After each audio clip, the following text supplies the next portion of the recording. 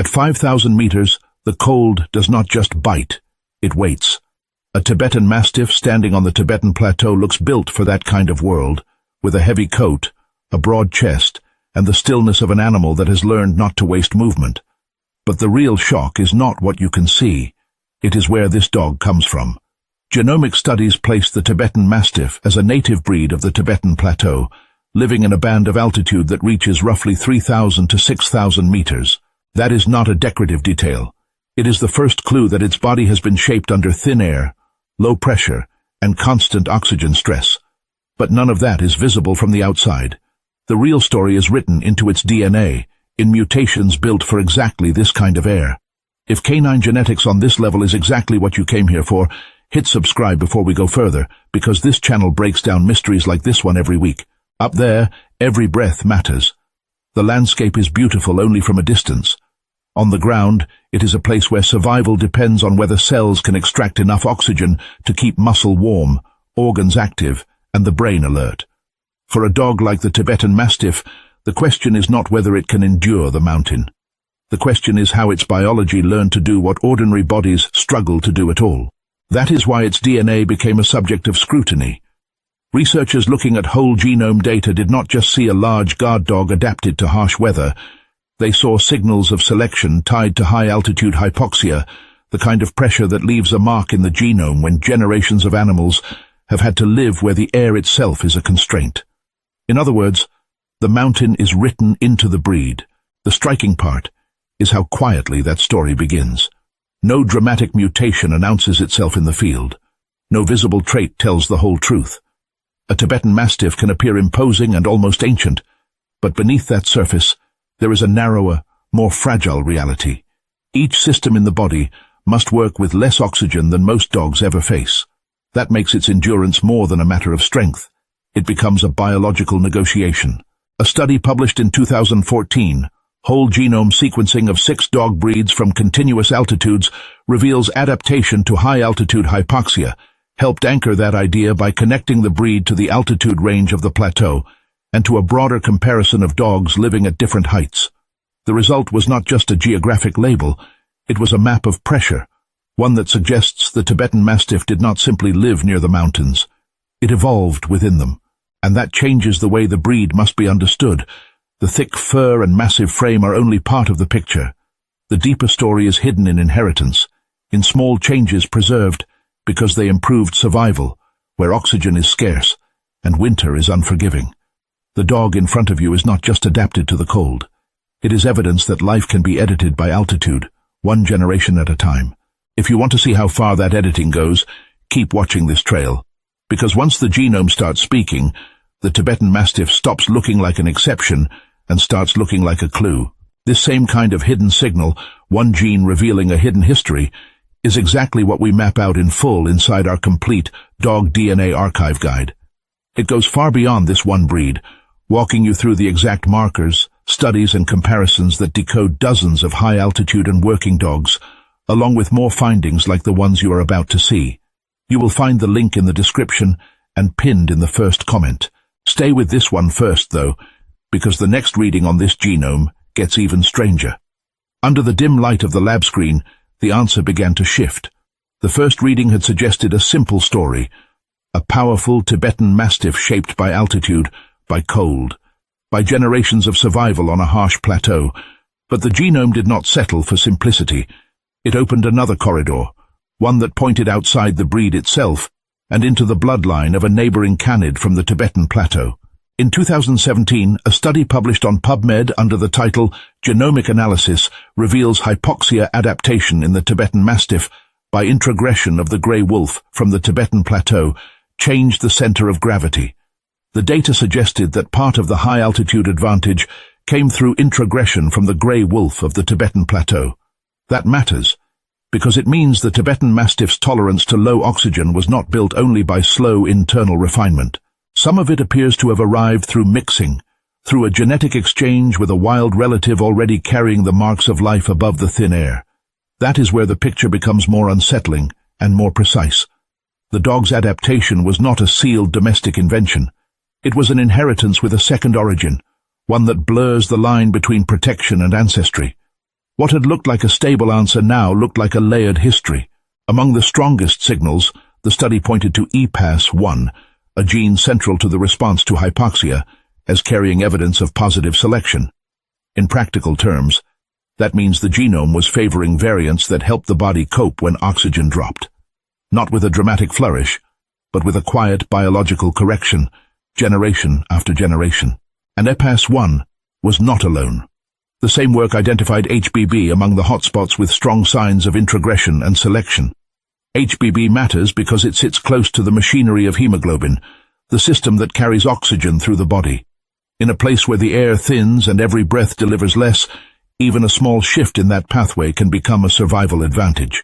The Tibetan Mastiff was carrying a trace of that advantage in its DNA, written into a gene that helps decide how efficiently oxygen is moved. That finding changes the emotional temperature of the story. The dog is no longer just a symbol of endurance. It becomes evidence that survival at elevation can be assembled from more than one lineage, more than one history, more than one kind of pressure. A mountain life can leave a signature, but it can also borrow one. If this is where the trail starts to split, stay with it. The next layer is even stranger, because once introgression enters the frame, the question is no longer whether the Tibetan Mastiff adapted. It is how much of that adaptation was carried in from elsewhere, and how the genome kept the useful pieces while leaving the rest behind. On the wind-bitten slope, a Tibetan Mastiff stands motionless, but the evidence around it keeps moving. The dog's bulk, its heavy coat, its steady gaze in thin air, all of it now sits beside a sharper clue. Another comparative study, independent from the first, pointed to EPAS1 again. This time the trail ran through Tibetan wolf DNA as well, and that mattered. When the same gene appears in both animals of altitude, the story stops looking like coincidence and starts looking like inheritance with a purpose. The paper in PubMed, published in 2017, did not rely on a casual comparison. It examined 17,709 SNP genotypes, a large enough set to catch signals that would otherwise vanish into background noise. From that dataset came a striking pattern. An excess of high-altitude wolf ancestry at the EPAS1 locus in domestic dogs from elevation. In plain terms, the dogs were carrying a stretch of genetic memory that fit the wolf, not just the village kennel. The direction pointed upward from Tibetan wolf to highland dog, not the other way around. That detail changes the weight of the evidence. EPAS1 was already known as a key piece in the altitude puzzle, but now it was being confirmed through another route, with another animal, another comparison, and another layer of genomic accounting. The Tibetan Mastiff no longer looked like a single isolated case. It looked like part of a broader exchange across canids that had lived under the same oxygen limits and the same brutal selection pressure. The benefit was not a random mutation that happened to survive. It was a variant that had been tested in one highland lineage and preserved in another. If a single gene like EPAS1 can carry this much history, imagine what the rest of a dog's genome is hiding. That is the exact territory our complete guide covers. Breed-by-breed breakdowns of ancestry markers, working line traits passed down for centuries, and the real science behind why certain breeds thrive in conditions that would break others. The link is in the description, and the first comment if you want the full picture. And that is where the image becomes unsettling in a useful way. A Tibetan Mastiff in a pasture seems like a guardian, a body built for endurance and loyalty. Yet inside that body sits a historical record of contact between dog and wolf, between domestic life and wild adaptation, between what humans kept and what nature had already refined. The result is not a simple pedigree. It is a biological handoff, a useful piece of alpine survival moving from one lineage into another. When the same signal appears twice, in two separate studies, the uncertainty shrinks. What remains is a deeper question. If EPAS1 could be borrowed, protected, and carried forward like that, what else in these dogs was shaped by exchange rather than invention? Keep following the trace, because the next layer is where selection stops feeling like an abstract term and starts looking like a map of decisions written into flesh, blood, and breath. At first, the answer seemed to sit inside a familiar genetic pattern, but the deeper reading changed the story. In a 2019 analysis indexed in PubMed, high-altitude Tibetan canids were shown to carry hemoglobin changes that did not merely mark adaptation. They altered function. The mechanism was traced to gene conversion and introgression, and the stronger HbO2 affinity depended on a specific combination of 2 amino acid substitutions. That detail matters because it moves the Tibetan Mastiff out of the realm of passive inheritance and into the harder world of physiology. The protein itself had been tuned. Once that door opens, the body of the dog becomes easier to read and also more unsettling. A 2024 review in PMC brought the picture together. In the Tibetan Mastiff, EPAS1, HBB and AMOT were associated with reduced resistance to blood flow, greater hemoglobin-oxygen affinity, and regulation of blood pressure. These are not decorative clues. They describe a system under pressure, a living machine that had to keep oxygen moving when the air itself offered less of it. In that frame, the animal's broad chest and heavy coat are only the surface. Beneath them, the circulation, the blood, and the vascular response are carrying the real burden. The HBB signal becomes even more concrete in another PMC review. There, HBBD in the Tibetan Mastiff was described as distinguishable from other domestic dogs by 2 adjacent missense mutations. Adjacent is the key word. The changes sit side by side, close enough to suggest a precise evolutionary edit rather than a random scatter of variation. It is the kind of detail that makes a simple label like high-altitude mutation feel inadequate. These are not abstract markers on a chromosome. They are molecular adjustments that can change how tightly oxygen is held when it is released, and how much stress the animal can tolerate before its tissues begin to suffer. And then there is AMOT, a gene that pulls the story toward the blood vessels themselves. In a scientific report study from 2016, researchers identified 5 genes with signatures of selection on the X chromosome of the Tibetan Mastiff, and AMOT stood out because of its link to angiogenesis and altitude adaptation. New vessels, better oxygen delivery, pressure control. The logic runs through the whole organism. The dog is not simply surviving because one mutation helped one protein. It is surviving because several layers of biology were pushed in the same direction, from hemoglobin chemistry to vascular architecture. If this kind of buried evidence is changing how you see the dog in your own life, that is worth a like right now, and a comment telling us which breed you want decoded next. And if you have not already, subscribing means you will not miss the next one. That is the surprising turn. The earlier question was where the mutations came from. The harder question is what they do once they arrive. In this dog, they alter the cost of every breath. They change how blood carries oxygen, how vessels manage flow, and how the body keeps pressure from collapsing under thin air. A Tibetan Mastiff standing in cold mountain light is not just a witness to adaptation, it is adaptation, made visible in muscle, coat, blood, and pulse. If you want to keep this story honest, stay with the genes that are not content to be names on a page. Follow the ones that reach into the bloodstream, because that is where survival becomes measurable. On the roof of the world, the final answer is not tidy. It is split across lineages, carried in fragments and preserved by pressure. A Tibetan Mastiff standing against the wind on the Tibetan plateau still looks like a single creature built for cold stone and thin air, but the genome tells a more complicated ending. In a 2019 study indexed by PubMed, researchers proposed that the hemoglobin variants tied to high-altitude performance were first fixed in the Tibetan wolf, and later entered the Tibetan Mastiff genome through introgression. That means the adaptation did not begin as a simple breed invention.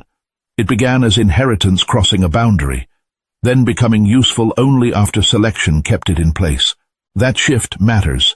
For years, the easy version of the explanation was that the breed carried its own private set of altitude mutations. The newer reading does not erase that idea. It deepens it.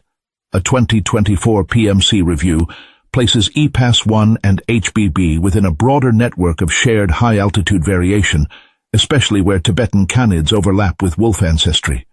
The result is not a contradiction so much as a layered history. Some variants arrived already shaped by life in thin air. Others were later refined by the demands of the plateau. Selection did not have to invent everything from zero. It could work with material that had already been tested elsewhere. Then the map expands again. A 2022 comparative genomic analysis in Genomics, covering Mongolia Mastiff, Tibetan Mastiff, and Canis lupus, found signals that reach beyond oxygen transport.